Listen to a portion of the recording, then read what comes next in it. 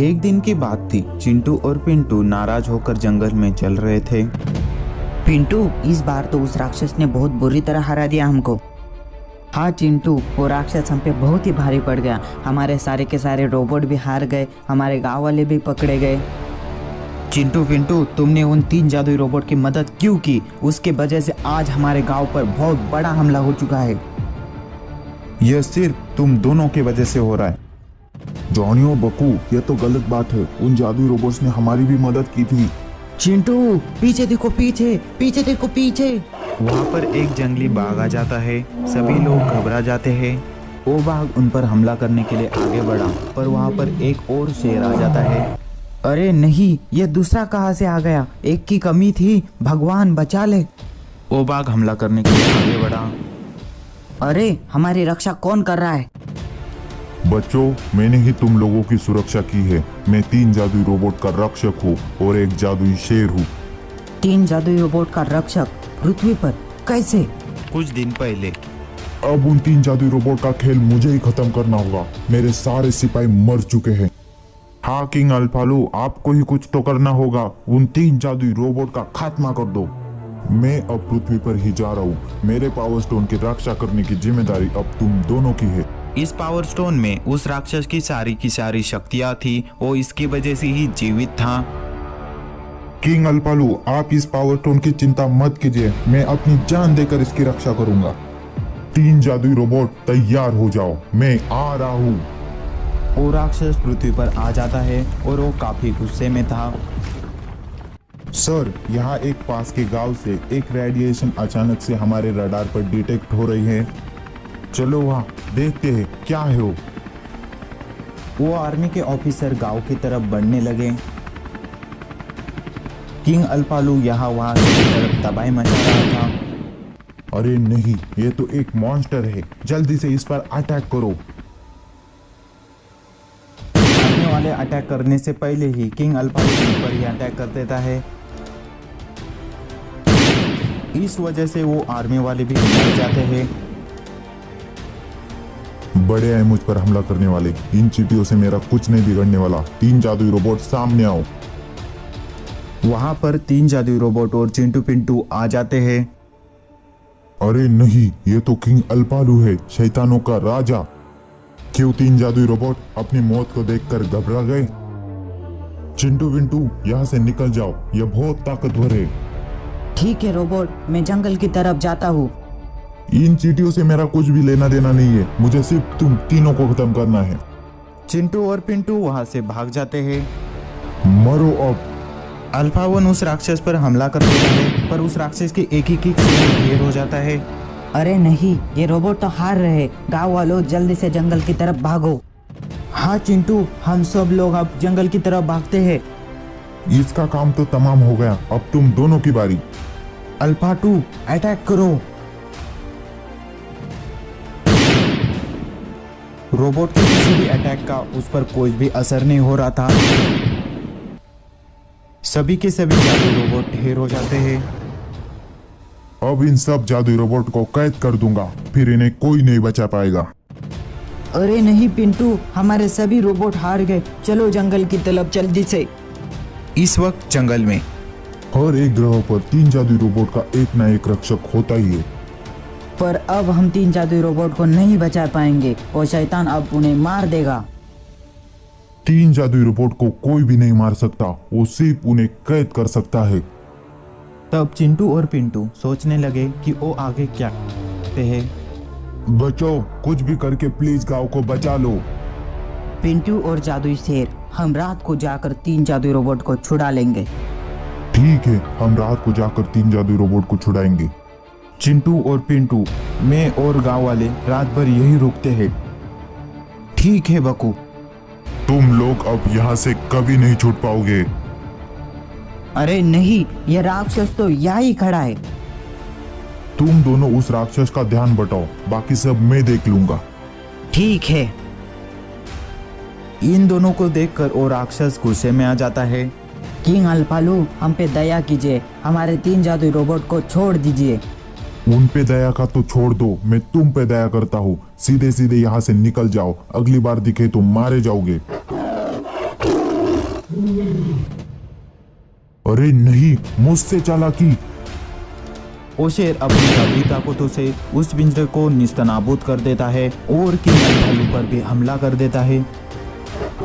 इस वजह से उस शेर की सारी शक्तियाँ चली जाती है। वो राक्षस खड़े होने से पहले निकलो यहाँ से। सभी लोग एक पोर्टल से ट्रांसपोर्ट होने लगे, पर जैसे ही पिंटू वहां से जाने लगा वो राक्षस उस पर हमला कर देता है। इसे बचाने के लिए तो आओगे? और यहाँ दूसरी सुबह सभी लोग एक दूसरे से बातें कर रहे थे। यस, अब रोबोट छूट के आ गए, अब थोड़े जीतने की चांसेस है। वे सब वहां से बचकर आ जाते हैं। 3 जादुई रोबोट, आप लोग तो बच गए, पर मेरा भाई और मेरे गांव वाले अभी भी वहां पर फंसे हैं। चिंटू, तुम पिंटू की चिंता मत करो, उसको सिर्फ हम तीनों से मतलब है, वो उसे नहीं मारेगा। वो राक्षस बहुत ही शक्तिशाली है, हम उसका सामना कैसे कर पाएंगे? एक रास्ता है उसको मारने का, उसके पावर स्टोन को बर्बाद करना पड़ेगा। Power stone? वो क्या है? अल्फालू ग्रह पर एक स्टोन है, उस राक्षस की सारी शक्तियां उसमें ही है। मैं जाऊंगा वहां, उसे बर्बाद करके रख दूंगा। ठीक है, उसका ध्यान हम पर रखने के लिए मैं और अल्फा 2 उस पर अटैक कर देंगे, तब तक तुम उस पावर स्टोन को बर्बाद कर देना। राक्षस, अब तुम इन रोबोट से बच के दिखाओ। वो राक्षस 3 जादुई रोबोट का ही इंतजार कर रहा था। जिस पिंजरे में 3 जादुई रोबोट को कैद किया था, उसी पिंजरे में उसने पिंटू को भी कैद कर दिया। लो किंग अल्फालू, हम आ चुके हैं, अब हमसे लड़ के दिखाओ तुम। अल्फा 3 नहीं आया, घबरा गया?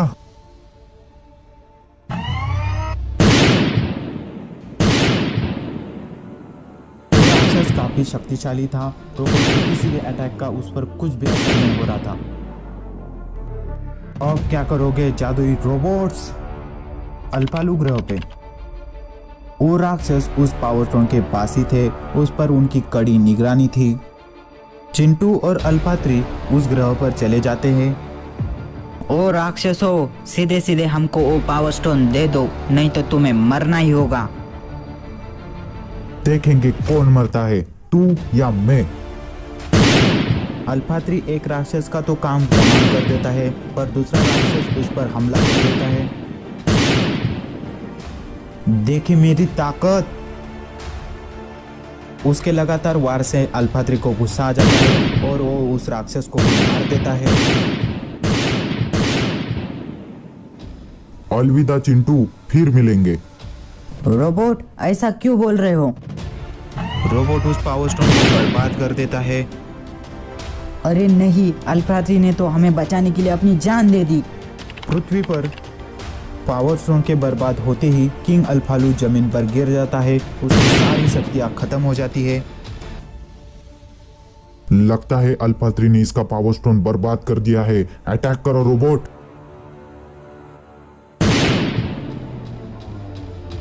आखिरकार इसका खेल खत्म हो ही गया। यस, मैं आजाद हो गया।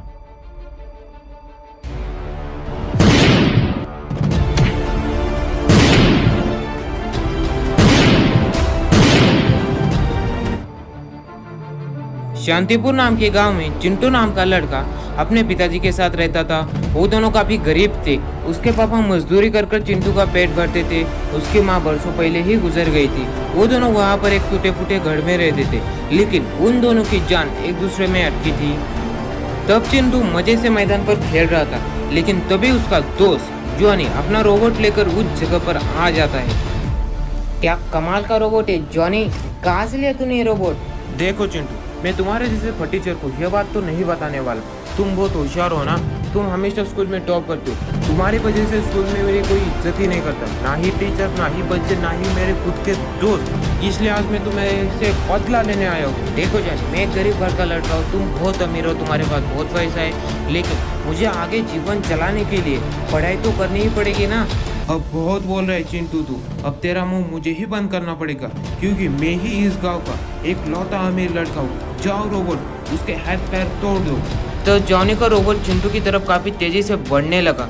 वो चिंटू को ज्यादा जोर से तो नहीं, लेकिन धीरे धीरे मारने लगा। इसके कारण चिंटू को चोटें आने लगी।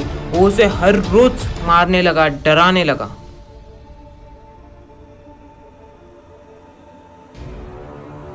इतना सब कुछ हो जाने के बावजूद भी जॉनी बेशर्मों की तरह कुत्ते की तरह हंसे ही जा रहा था। एक दिन चिंटू जॉनी के हरकतों से थक कर अपने पिताजी को सारी बातें बता देता है। देखो चिंटू मेरे बच्चे, हम लोग काफी गरीब है, हम उनकी बराबरी नहीं कर सकते। अगर मैंने उसे डांट भी दिया तो अपने वो पापा से कह के मुझे इस गांव से ही निकाल देगा। इससे अच्छा है तुम मुझसे बात ही ना करो, अपने घर पर ही खेलते रहना। अपने पापा की ऐसी बातें सुनकर चिंटू को खुद पर ही गुस्सा आने लगा। गांव के पास एक जंगल था। उस जंगल में 3 शिकारी भाइयों ने एक सफेद शेर को पकड़ रखा था और उसे बेचने का प्लान कर रहे थे। वहां से काफी लोग गुजर रहे थे, लेकिन किसी ने भी उस सफेद शेर की मदद नहीं की।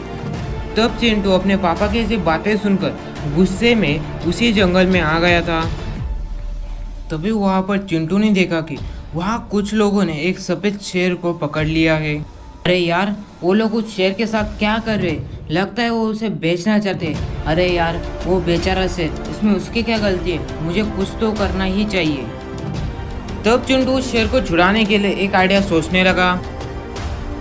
तब चिंटू उन लोगों की तरफ भागते हुए आने लगा और कहने लगा, भागो भागो पापा भागो, यहाँ फॉरेस्ट डिपार्टमेंट के लोग आ गए, आप लकड़ियाँ मत काटिए, भागो।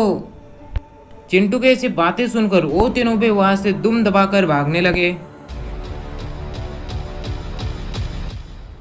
तब चिंटू सफेद शेर की तरफ बढ़ने लगा और उस सफेद शेर पर जिस तलवार से वार किया गया था वो तलवार निकालने लगा। तब चिंटू फिर से गांव की तरफ बढ़ने लगा किसी डॉक्टर को बुलाने के लिए। रुको चिंटू। तब चिंटू अचानक से पीछे मुड़ गया। तभी उसने उसी शेर को खड़ा देखकर और उस शेर के शरीर पर काफी गहने देखकर उसके तो होश ही उड़ गई।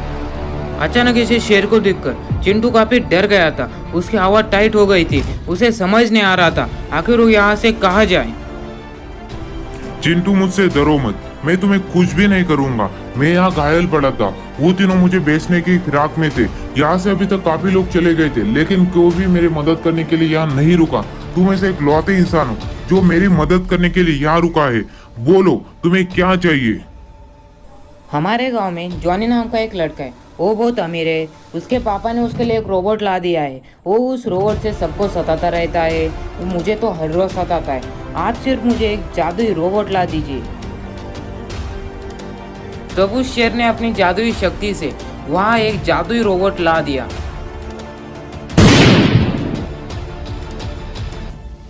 उस रोबोट को देखकर चिंटू काफी खुश हो गया था। तब वो चिंटू उस शेर से शुक्रिया कहने लगा।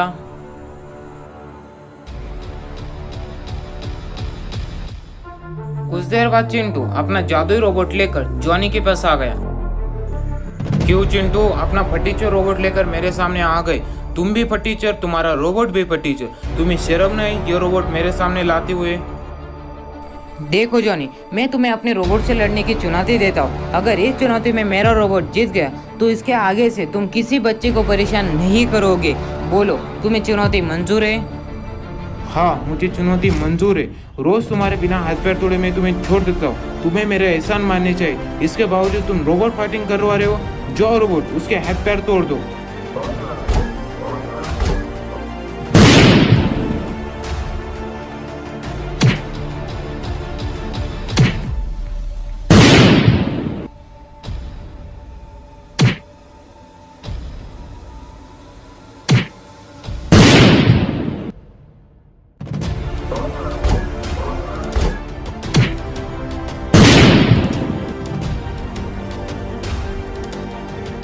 जॉनी, तुम डरो मत, मैं तुम्हें इस रोबोट से कुछ भी नहीं करूँगा। हम फिर से एक अच्छे दोस्त की तरह रह सकते।